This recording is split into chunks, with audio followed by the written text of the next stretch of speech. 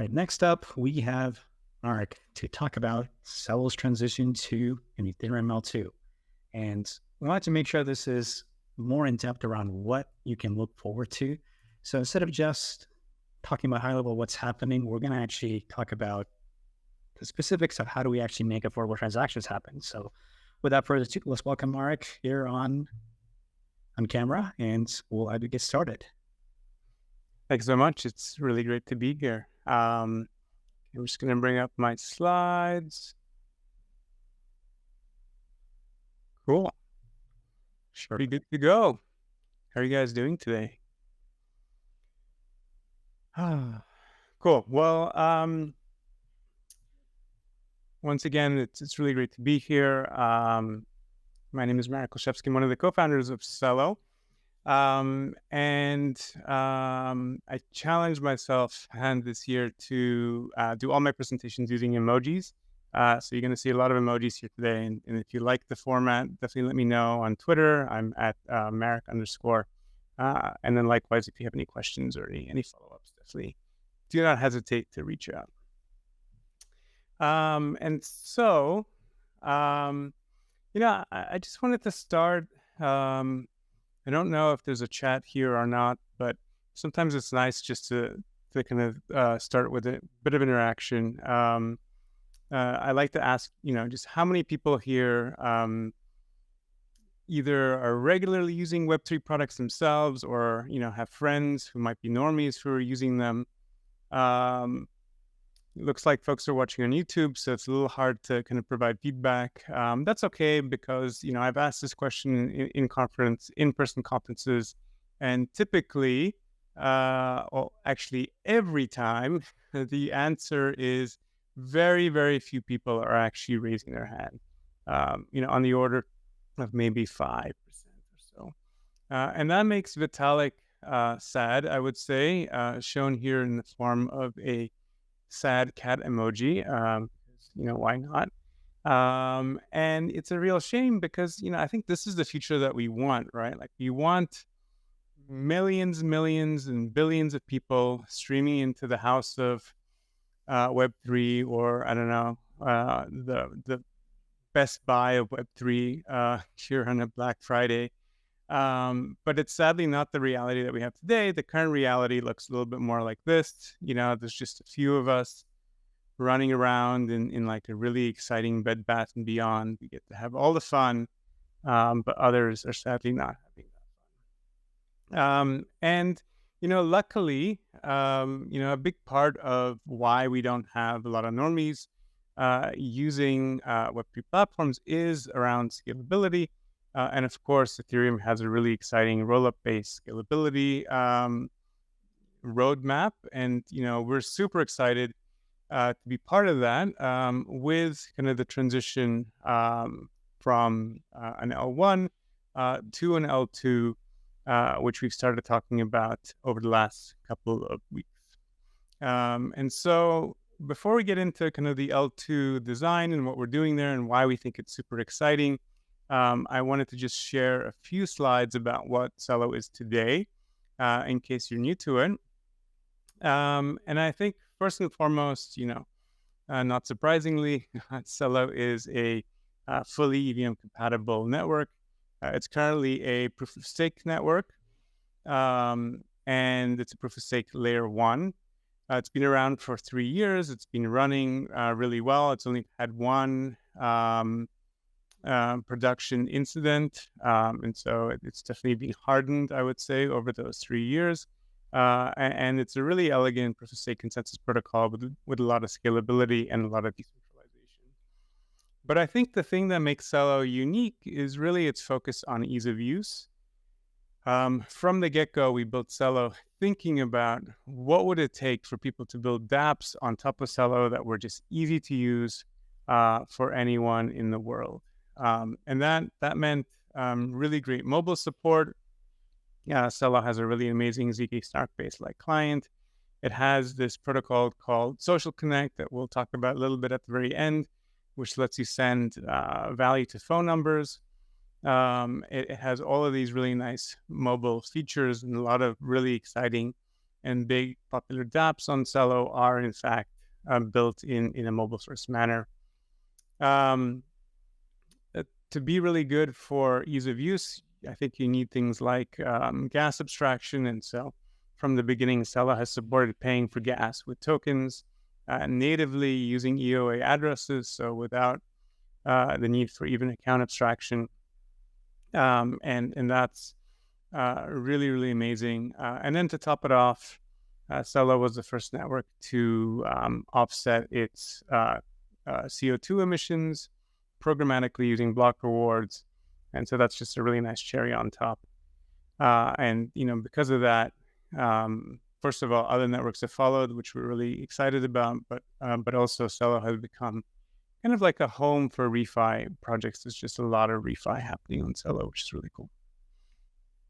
And one of the really nice things about focusing on ease of use is that it enables a lot of real world use case type applications to be built on top of Celo. And one thing that's really nice about real world use cases is that they aren't really tied to the crypto cycles. So there's a lot of folks building payment products, community currencies, micro lending products, earning projects where you can earn on your phone using earn microcredits on your phone, and then also universal basic income projects.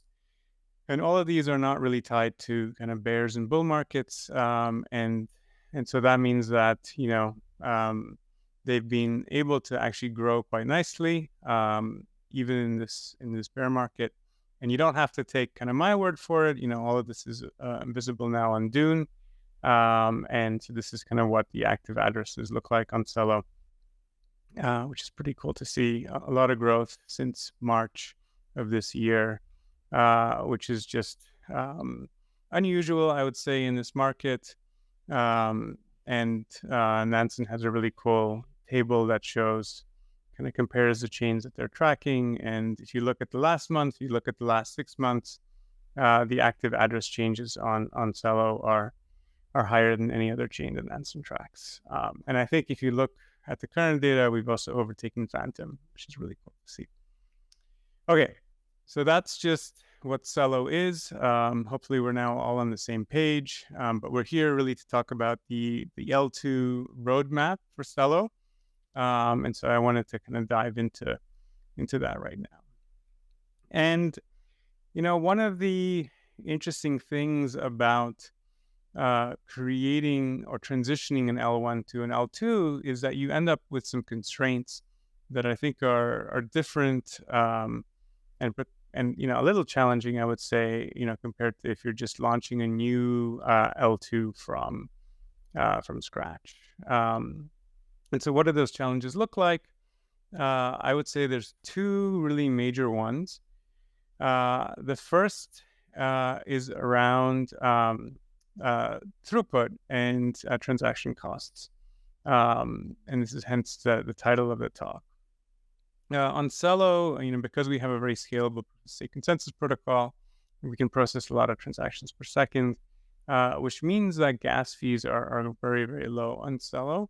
And that's attracted a lot of applications that require really low gas fees, right? Like those payment applications where people are sending stablecoins around to each other, or the micro lending dApps, which are most useful in emerging markets where people are more price sensitive, and then also just community currencies.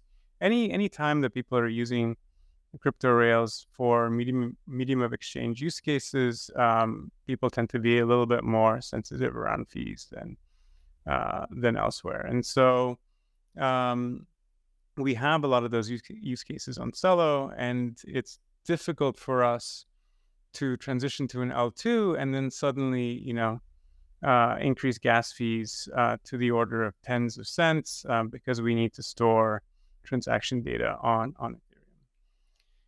And so the solution for this problem is to use EigenLayer. So EigenLayer, for those of you if you're not familiar with it, it's a really interesting restaking protocol on Ethereum. that effectively allows Ethereum validators to opt into running additional services. Eigenlayer likes to talk about this as creating a marketplace for trust.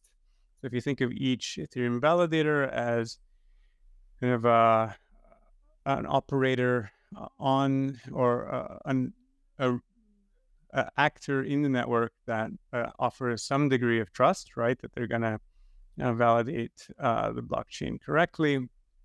Then Eigenlayer effectively allows people to tap into that trust and purchase additional trust for their services. And since there's a ton of Ethereum validators, right, there's a lot of trust there that can be tapped into, which is really, really exciting. And, one of the very first apps or middlewares, as Eigenlayer is calling them, to be launched on Eigenlayer is kind of this flagship middleware that the Eigenlayer team themselves are building, which they're calling EigenDA. And so EigenDA is effectively bringing dank sharding to Ethereum, potentially 1 or 2 years ahead of when dank sharding will actually roll out. And that's really exciting because dank sharding, for those of you who've been following it, effectively is a much, much more bandwidth favorable way of doing data availability. It turns out that data availability, even in a decentralized network, is an embarrassingly parallel problem. It's only hard if you kind of pair it with consensus. And so if you only do data availability, then you can actually do it for significantly cheaper than it is to, for example, pay for data availability on Ethereum on the L1 today. So that's exciting. It allows us to really dramatically lower the cost of L2 transactions. And then challenge number 2, and then of course by lowering those costs, you're also able to increase the throughput of the L2 as well, which is also really, really important. Challenge number 2 is, Celo has a lot of node operators, a lot of validators, a lot of full nodes, and it'd be a real shame to just give all that up and move towards kind of a single sequencer. It really feels like it'd be a step backwards.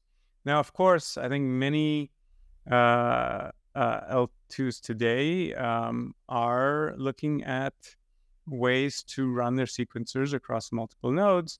But, alas, we're not there yet as a whole industry. And so one thing that we're excited to do is to contribute to the future by effectively taking our, production-ready consensus protocol that again I mentioned has been running live for 3 years, and turn it into a decentralized sequencer, and then really make it a public good that anybody can also use to decentralize their L2 as well. And then challenge number 3, and for those of you who've been following very closely, you may remember I said there were only 2 challenges that we thought of at first, but alas, nothing is that simple.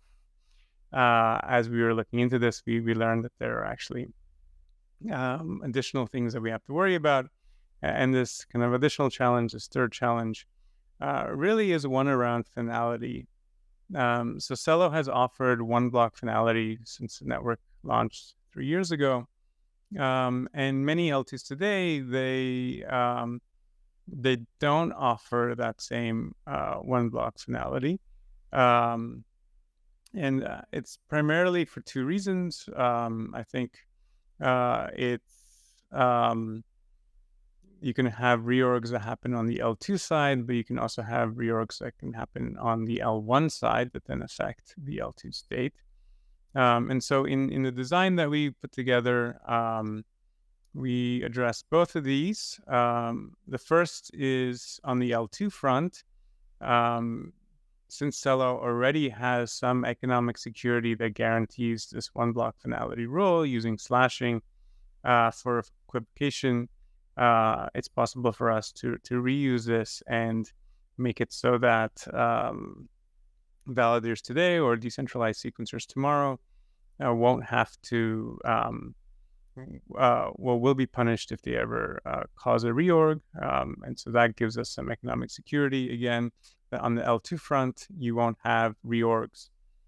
And then the other idea is around slowing down deposits and forced transactions a little bit so that they are only executed on the L2 side once you get finality on the L1 side.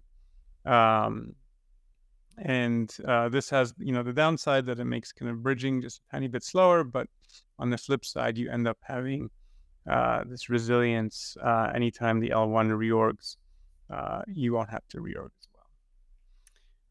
And so what does all of this look like together? I created this little example demo here that I wanted to run through. I think this makes it a lot easier to kind of understand what the design of this looks like. We have 3 main actors and then the Ethereum chain. So we have decentralized sequencers on the left, you have the EigenDA nodes in the middle, and then you have the L2 full nodes on the right. And then we have kind of all of Ethereum down on the bottom. And so as with any chain, the first step is to effectively collect a bundle of transactions that are being gossiped throughout the network. And in this case, the leader in the BFT consensus that makes up kind of the consensus protocol that these decentralized sequencers are using, the elected leader, which changes for every slot, basically proposes a set of transactions that will constitute the transactions that go into the next block. And so it will then gossip that around to all the other sequencers, and then using BFT consensus, which is a multi-step protocol that I'll just simplify it into one step. Eventually, this leader will get back a aggregated multi-signature of all of the signatures of all of these decentralized sequencers and the bit vector, so you have accountability that shows who has signed that particular bundle of transactions. And once you have this, then you know that for this slot height, the decentralized sequencers have committed to this set of transactions. And so we're ready to kind of post that to EigenDA. EigenDA will then return an EigenDA certificate, which is also a multi-signature threshold-based signature. And then the leader will then have everything he needs to put to effectively commit this transaction bundle to Ethereum. And it does that just by posting the EigenDA certificate to Ethereum. Once that is on Ethereum, then any full node that's interested in following the L2 chain can download that certificate. It can use that certificate to get the data from the data availability layer by querying EigenDA. That gives it the transaction bundle and the multi-signature and the bit vector. And from that, each of these full nodes have everything they need to effectively derive the L2 block. And so they can do that here. Once they derive it, they can execute them, and they're off to the races. And so this is really nice and elegant and pretty simple. But there is some latency to having to go through Ethereum in this way. And one thing that OP Stack and Optimism does that's really, really nice is that they have this concept of a network, an L2 network, where you can gossip around what are deemed unsafe blocks, so that full nodes can kind of follow the network a little bit faster with a little bit less latency. And so that's something that this kind of design is compatible with the one caveat, and this is true in OP Stack and Optimism as well, sometimes you may find that what you pull from Ethereum later on will not match what was gossiped around before. And so in the case of most L2s today, that will cause a reorg, and, you have to reorg because I think the Ethereum view of things is the final view, and it takes precedence over everything else. And so the best we can do to avoid those reorgs is to effectively make it economically very, very expensive for nodes to effectively equivocate across both of these different paths. And the way we do that is by right. And so if you don't do that, you don't have one block finality. But to bring back one block finality, the way we solve this is by adding slashing for equivocation in this way. And because we have the bit vector, we can also see exactly who equivocated across these two different blocks. And then we can slash just those validators. And this is something that we have today already in the L1. And so it's actually quite easy for us to bring this over to the L2 design because all the code is already written and it's been in production for 3 years. And it's really nice because it effectively makes it very economically expensive to equivocate to the point where nobody on the Celo network has done that since the network has launched for 3 years. So this is really nice. And so maybe just to summarize, this design gives you scalability and low gas fees by leveraging EigenDA. EigenDA, as I mentioned, is kind of bringing the design of danksharding to Ethereum many years before danksharding will be rolled out. And it's still run by Ethereum validators. And so it still offers really nice trust assumptions. And because it uses that danksharding-like design, it's effectively allows you to cut the transactional costs on the L2 side by 95%, which is really, really nice. We, of course, also get to maintain the current level of decentralization offered by Celo, which is just really nice for increased uptime and for better censorship resistance.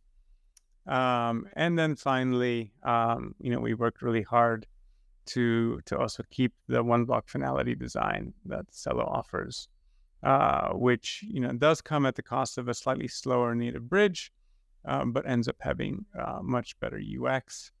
And we've started chatting with EigenLayer as well about how we could add additional economic security here. This design only offers Celo economic security to enforce this one block finality, but you can actually go a step further and also opt into restaking nodes that can add additional economic security. And ultimately, I think this makes Celo potentially like a really nice place to roll up to if you're building an L3, because you get these short block times, this kind of nice guarantee about not having to reorg, not to mention the cheap data availability that you effectively inherit through the cheap transaction fees. So that's the design. You might be curious, what the timing is and what's next. And so, we just posted this design in a very detailed proposal to Celo governance just at the start of ECC, which was just a few weeks ago. Since then, we've gotten just an incredible amount of really amazing feedback and just a lot of, I would say, excitement for this direction. It's been pretty cool to see other L1s now also kind of following suit and talking about making a similar change. And so I think in the future we're going to see ultimately this large amount of maybe coalescing around Ethereum, which I think is, really, again, amazing for the Ethereum scalability roadmap. And I think ultimately just really great for users as well. And, we're just excited to be at the forefront of that. Since the proposal went out, we also had a temperature check, governance vote on it, which passed with just a ridiculous amount of, I guess, folks in favor of it. And so that was really, really cool to see as well. So generally the Celo ecosystem is excited about this.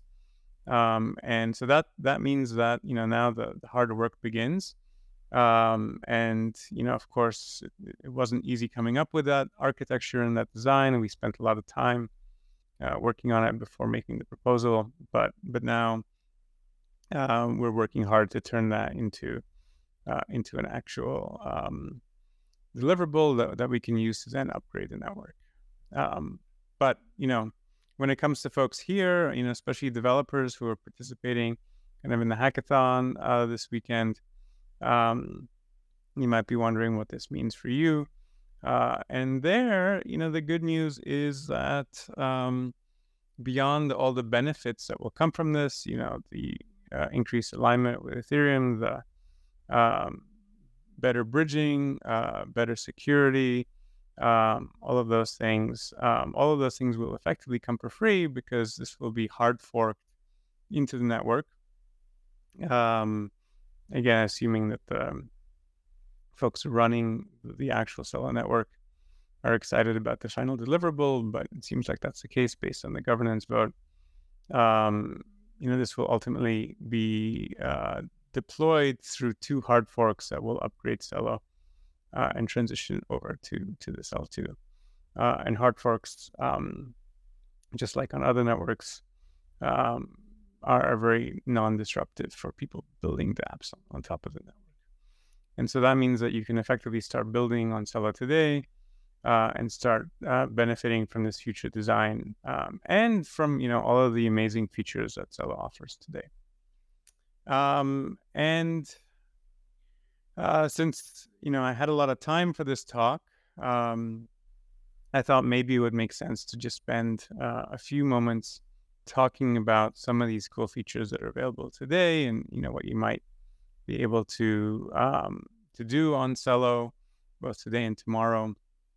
But before I get into that, I think research shows that people's attention span tends to wane after 25 minutes. Most people, just naturally need a little bit of a break. And so I just wanted to do like a 1-minute intermission. And so if you've been watching a lot of talks and, just needed a breather, now is a good time just to, grab a drink, maybe take a deep breath, maybe stand up, and we'll get started in just 30 seconds. I'm going to take a drink as well.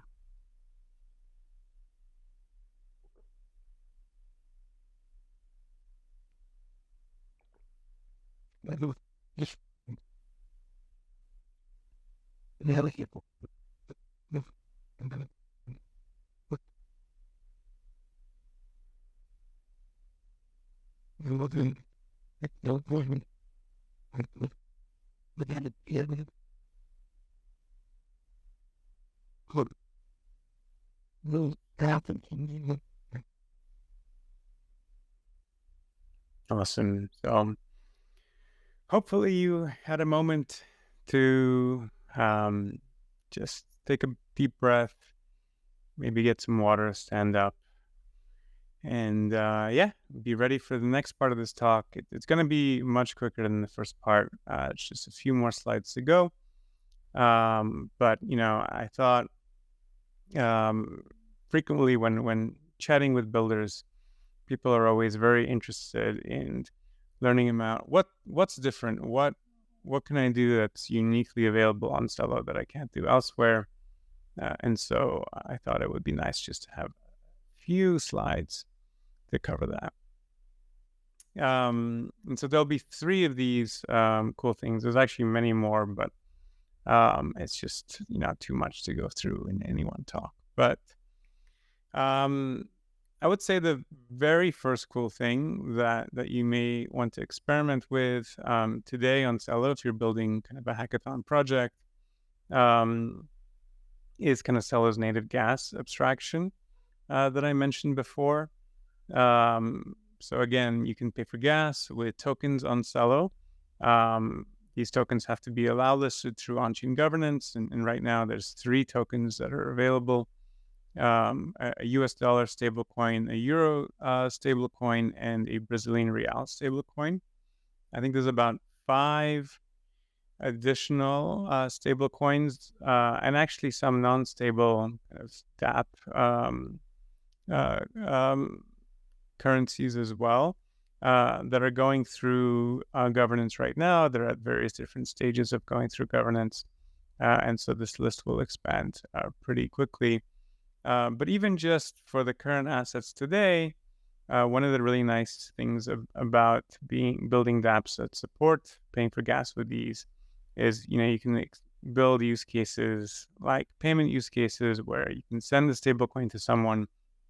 They can be a completely new wallet, and you never have to worry about them having to figure out how to go get gas money to then be able to send it on to someone else. And so you'll never have that really frustrating feeling where, I'm sure folks here have, sent USDC either to themselves or to someone else, to a new wallet, and then only to realize that those funds are kind of stuck until you're able to get some ETH over to that address.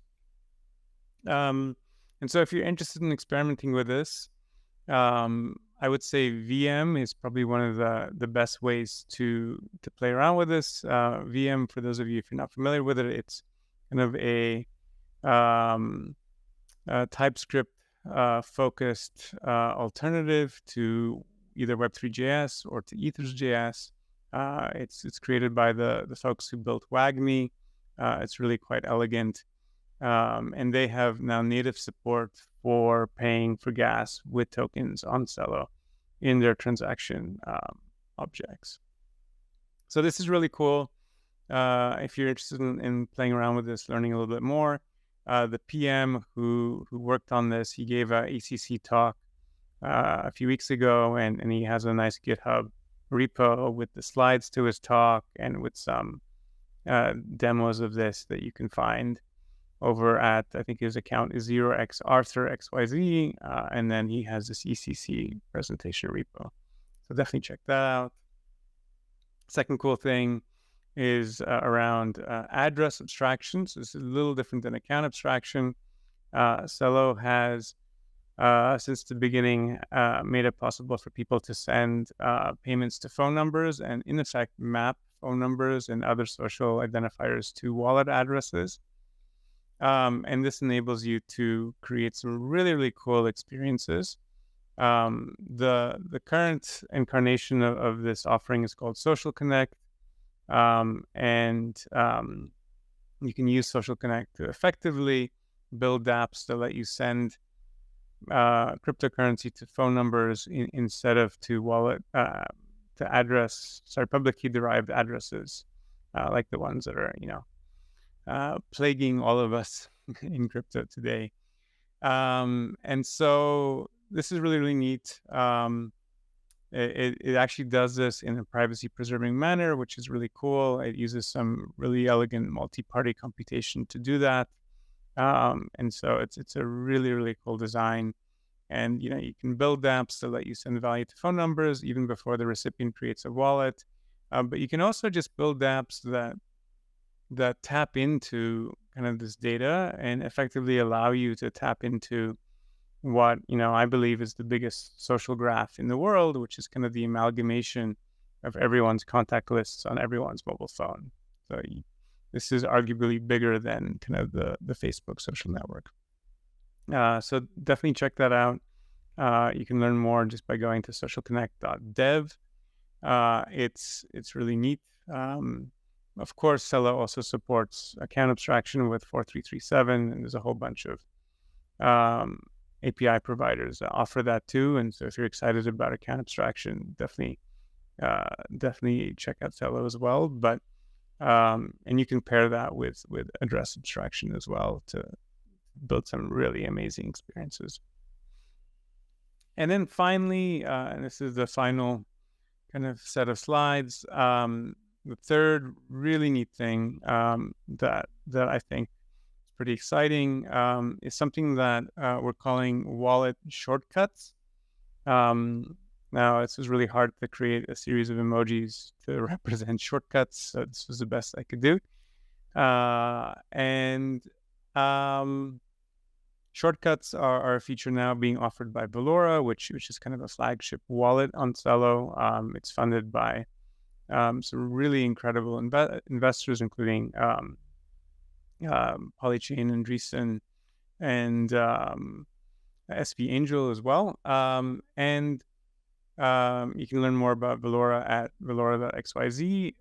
Think of it as kind of a wallet designed for normies. We try to make things as easy as possible for all the users, leveraging all of the awesome features that Celo has to offer. But one thing that Valora has been doing now is Valora has a dApp browser. You can connect your wallet to dApps and interact with all of these amazing mobile dApps on Celo with it. But a lot of builders who are building these dApps, they're excited about offering tighter integrations with the wallet, ways to make it possible for people to interact with their dApps without having to go and load the dApp browser and load a web page and everything. And so shortcuts and generally hooks in Valora are a nice way to do that. You can use hooks to help Valora figure out how to price your asset. You can use hooks to help Valora figure out how to price dApp positions. So if you have an LP token position for something and you want to price that, you can do that. And then finally, you can build these shortcuts that effectively allow your users to interact with your dApps with just one tap natively in the wallet without having to leave the wallet and go to your dApps webpage. So, obviously really useful for claiming rewards, but generally you can use these to kind of push people through the life cycle of your product one step at a time. And, Valora is working to also make it possible for you to send push notifications to your users to kind of guide them through that step, through those steps. And so if this is interesting, if you built a dApp and you're trying to get more engagement with your users, you're trying to find ways to make it easier for people to go through the funnel of all the operations that you want them to do without having to necessarily load your dApp, you can just do it directly in this popular wallet. Shortcuts might be for you, and you can learn more about that at docs.valora.xyz /hook/overview. So I think that's everything I had, and I think that brings me pretty close to time. Yeah, thank you so much. Really, really appreciate you guys listening, and I'm not sure if it's possible to take questions in this format, but if so, I have 5 minutes left and happy to answer anything that's on anyone's mind.